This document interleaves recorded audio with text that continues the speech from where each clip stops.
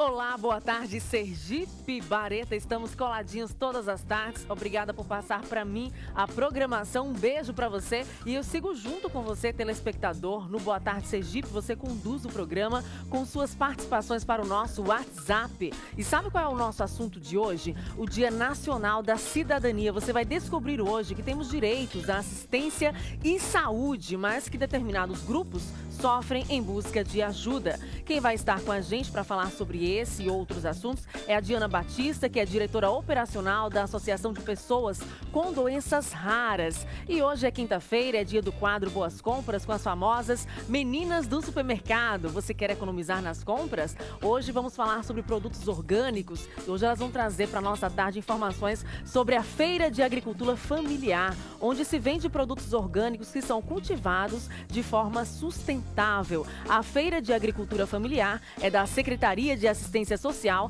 da Prefeitura de Aracaju. Teremos também o quadro Minuto da Notícia com a Andréa Roosevelt e, claro, eu peço a sua participação durante todo o programa pelo WhatsApp. Meu convite é sempre o mesmo, passe a tarde com a gente.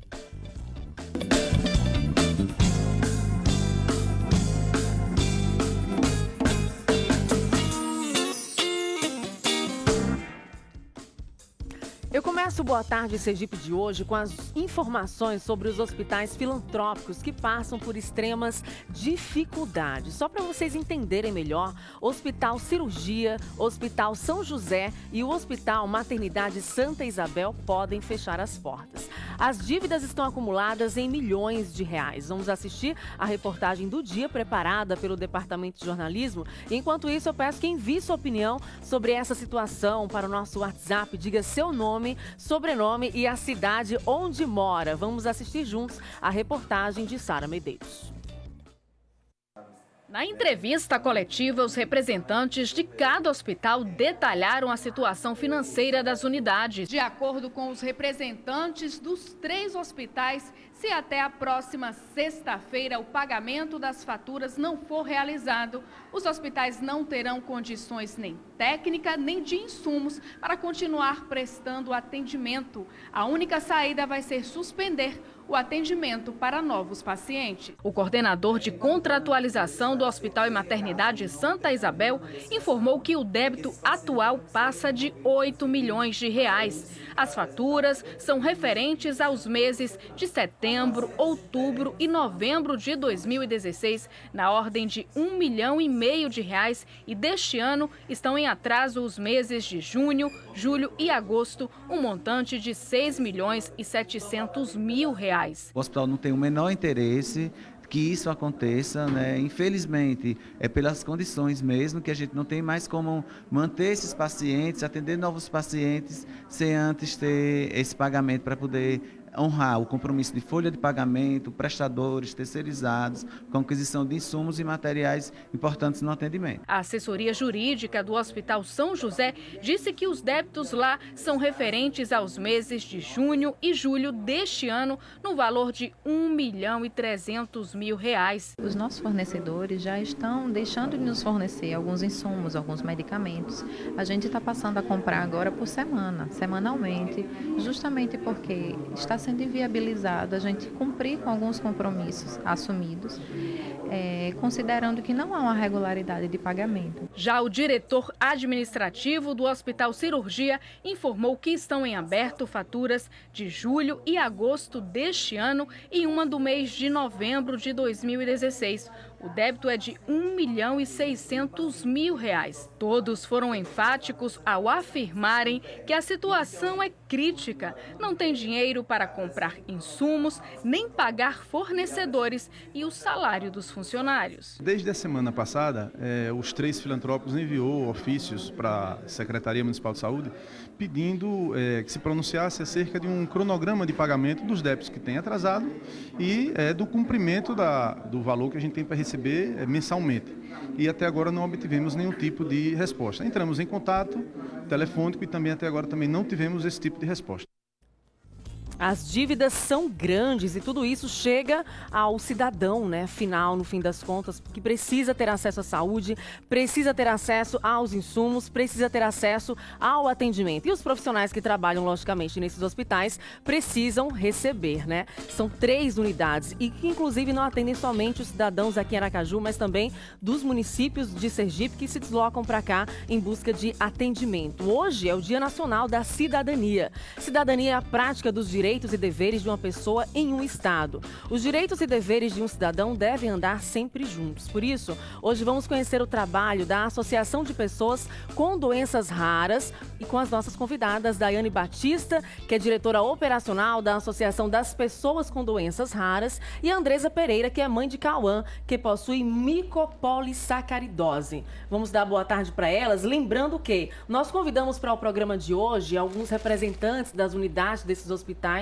mas que preferiram não participar do programa hoje porque amanhã haverá uma reunião com o Ministério Público e os representantes dessas unidades para tentar resolver essa situação, essas dívidas, para que os hospitais não fechem as portas. Amanhã a gente traz, então, o resultado dessa reunião. Vou dar boa tarde, então, para vocês, né? Já que estamos falando de saúde pública e, de certa forma, vocês fazem um acolhimento de pacientes com pessoas raras em alguns hospitais aqui, públicos no nosso estado, né? Boa tarde. Boa tarde.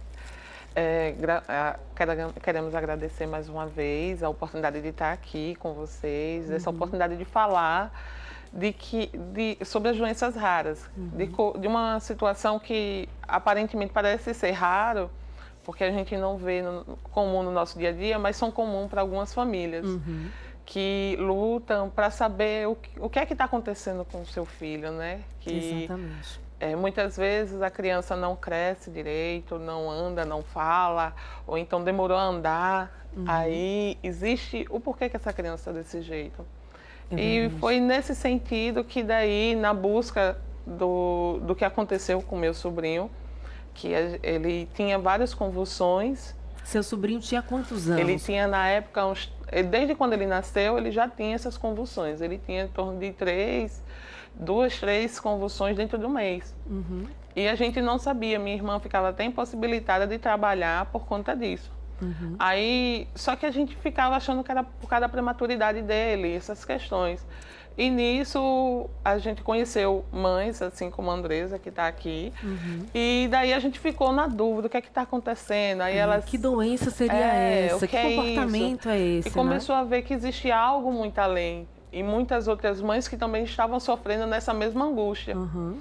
E daí a gente se uniu, né, com elas e começamos e fundamos a Associação de Doenças Raras para ajudar tanto a questão do meu sobrinho, como também a elas que já tinham diagnóstico e a outras mães que também estavam sofrendo bastante, sem conhecer exatamente as doenças do filho, né? E hoje a dificuldade maior é o diagnóstico, entendeu? Principalmente, hoje a gente já tem a dificuldade do diagnóstico por falta de várias coisas na saúde. Inclusive nos hospitais, né, tem a questão... tem acompanhamento multiprofissional, mas faltam exames específicos, né, orientação e conhecimento específico sobre essas doenças raras. Segundo a Organização Mundial da Saúde, estima-se que em Sergipe 13 mil pessoas tenham doenças raras e no Brasil mais de 35 milhões. Na Associação Sergipana de Doenças Raras, aproximadamente 1.000 pessoas são atendidas. Isso, nós fornecemos o acolhimento social, junto com o acompanhamento de alguns médicos que já são voluntários, conheceram pacientes, diagnosticaram pacientes com doenças raras. E nisso a gente dá todo o apoio social e de saúde para esses pacientes que às vezes precisa de um exame que ainda não tem na lista do SUS. A gente luta junto com as secretarias de saúde, com outras universidades fora daqui de Sergipe, para que a gente possa ajudar esse paciente a conseguir o diagnóstico. Então, esse acolhimento envolve essa mediação, né, entre a mãe, a criança, os hospitais públicos, a possível equipe, né? Isso. Tudo começa com a mãe. Vai até a mãe, a gente encontra ela aflita, com a suspeita da doença. Aí a gente pergunta se ela já tem um diagnóstico, se ela já está sendo acompanhada por algum profissional. E daí, então, a gente leva para uma avaliação genética, E daí, da avaliação genética, ele pode ajudar, ele pode fazer o aconselhamento genético do que está acontecendo com aquela criança. No caso dessa mãe, vou dar boa tarde para ela, boa tarde para você. No caso do seu filho ou filha, o que o seu filho apresentou? Ele, porque eu tive 2 irmãos com esse mesmo problema que ele tem. Aí ficou mais fácil para mim descobrir. O que ele apresentava, as características? O baço, o fígado grande, a cabeça meio aumentada, as pernas meio tortas. Aí você conheceu um pouco do trabalho da associação. A gente está exibindo nesse momento algumas imagens desse trabalho de acolhimento, mostrando aí esse trabalho que é feito principalmente com crianças, né, que apresentam essas doenças raras. E esse acolhimento é feito, né? Isso. Como eu falei, a gente conhece a família, verifica se ela já está sendo acompanhada por algum profissional. Aí a gente tenta localizar esse profissional. Se esse profissional ele já tem alguma informação ou está suspeitando de alguma patologia, alguma coisa assim. E sendo assim, a gente tenta ajudar o que é que ela está precisando. Qual é a situação do filho dela, por exemplo, agora atualmente? No caso dela, o filho dela estava precisando de uma medicação.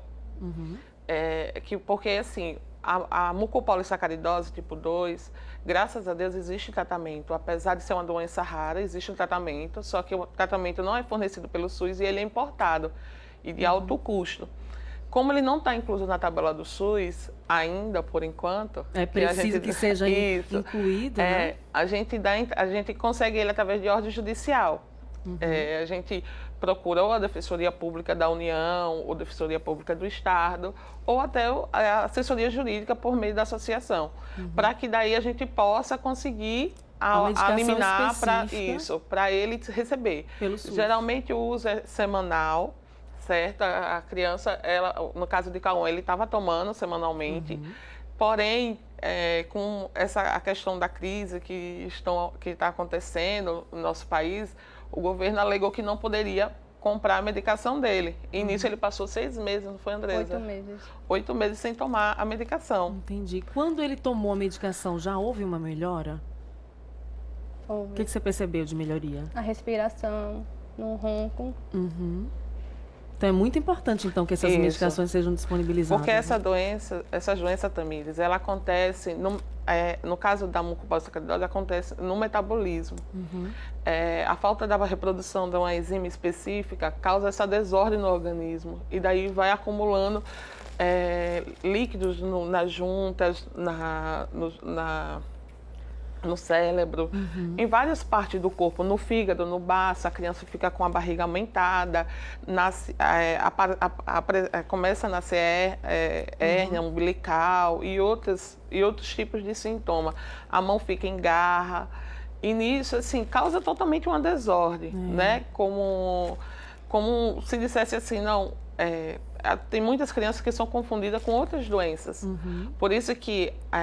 o diagnóstico é importante. Isso, o diagnóstico é importante. Essa informação, essa reportagem hoje aqui, vocês trazendo a gente aqui, é muito importante para a sociedade, porque hoje o diagnóstico está sendo muito difícil, mais por causa da informação. Às vezes, a informação não tem chegado para as famílias, entendeu? E como a doença rara, às vezes, a dificuldade de diagnóstico, ela só aparece depois dos 2, 3 anos, é necessário que seja feita uma conscientização, um compartilhamento de informação. Compartilhamento de informações e esse trabalho, o quanto é importante esse trabalho da associação para que intermedie, né, faça uma intermediação para que essa mãe, essa criança e outras famílias possam ter acesso à medicação específica, porque não se pode um cidadão nascer com esse problema e o poder público não tem uma solução para isso. A gente vai dar uma pausa rapidinho na nossa conversa, continue ligadinho na nossa programação, quero a sua participação ao vivo pelo WhatsApp sobre o nosso assunto de hoje, doenças raras, a importância do poder público fornecer